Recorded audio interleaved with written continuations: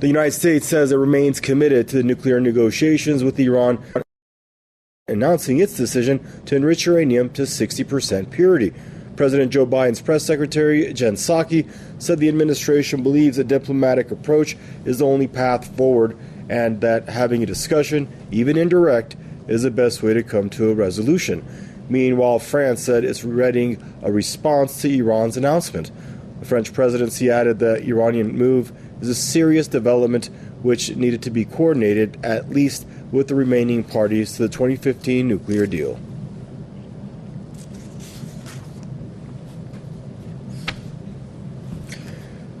Joining us now to Bristol for more on the story is Tony Gosling, investigative journalist. Hello, Tony. Hope you're safe and doing well out there.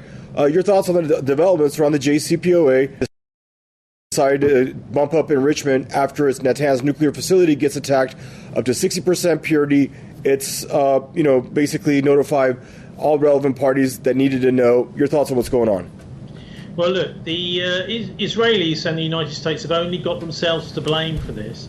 Obviously, they have been trying for decades to limit any capability for a balance of power in the Middle East. And that balance of power is, if you remember, what kept the peace during the Cold War right the way through the 1970s and the 1980s up until the 1990s.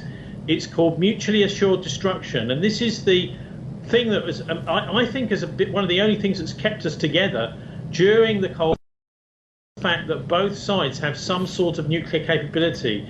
Now, the Iranians have said you don't have any manufactured nuclear weapons. And in a way, that makes it an unstable situation because we know, undeclared, yes, but we know that Israel has had lots of help from the British, the French, and the United States to develop its nuclear program at Dimona, a weaponized nuclear program where the estimate from Colin Powell is something like 200 nuclear weapons the Israelis have. So if the United States and the Western powers wanted to stop uranium enrichment, and let's just explain for your viewers that enriched uranium is necessary to actually make a nuclear explosion, and the more enriched it is to create that, and also to make plutonium, which is also used to make nuclear weapons, then this JCPOA was the way to do that. And the United States walked away from it. Donald Trump specifically walked away from it under Israeli pressure 3 or 4 years ago. And ever since then, there's been one option, and that is just to come back to the agreement and to rejoin the agreement, not to try and play dice with the nuclear forces of the world. Right. And Tony, when you see the Joe Biden's press secretary, Jen Psaki, say that the Biden administration believes that diplomatic path is the only way forward to try to get the JCPOA revived again. Iran has played this game diplomatically from the gate. It's never deviated to a diplomatic solution, hence the JCPOA itself. Ergo, we come into present day, Iran is still trying to revive the JCPOA. So my question to you is, this attack on the Natanz nuclear facility, do you feel like it was coordinated with the U.S. to try to push Iran into a corner, or do you think that it was Tel Aviv acting independently of the Biden administration to try to derail talks?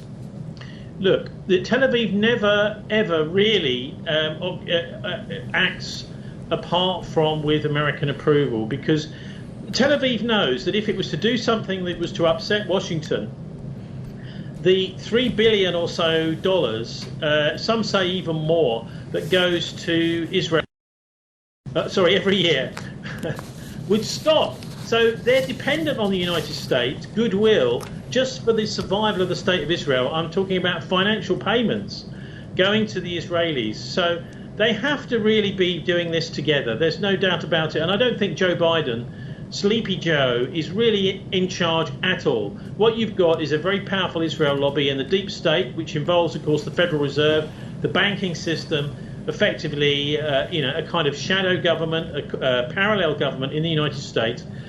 These are the guys that are calling the shots, and they want increased pressure on Iran. The rest of the world, apart from this small group of people in the United States, and maybe some here in the UK too, and certainly in Israel, those are the ones that want to ramp up tension.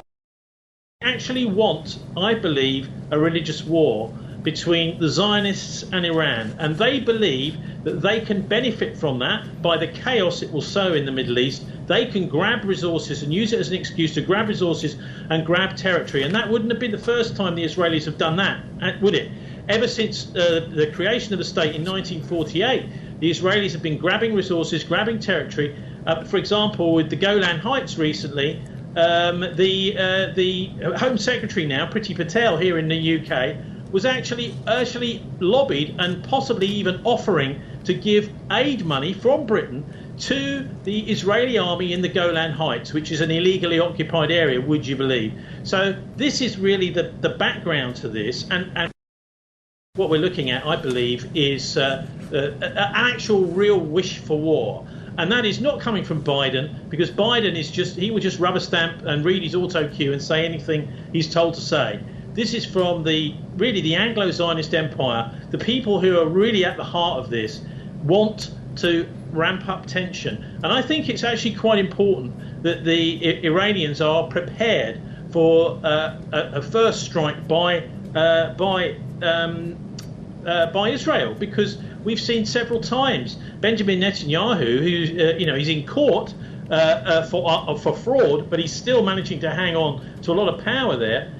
He is the one who's been pushing this for a long time, potential conflict with Iran. So this is a real flash, even turn into a potential third world war, because we've already got the United States soldiers down in the region around Syria, etc., and Turkey.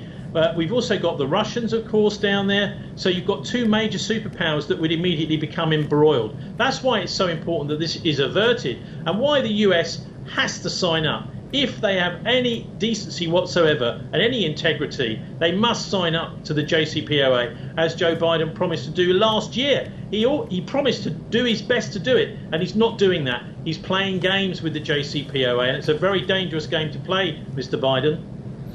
Thank you, Tony. It's always a pleasure to have you all get your perspective on things. Stay safe, bud. From Bristol, Tony Gosling there joining us. Thank you. You bet.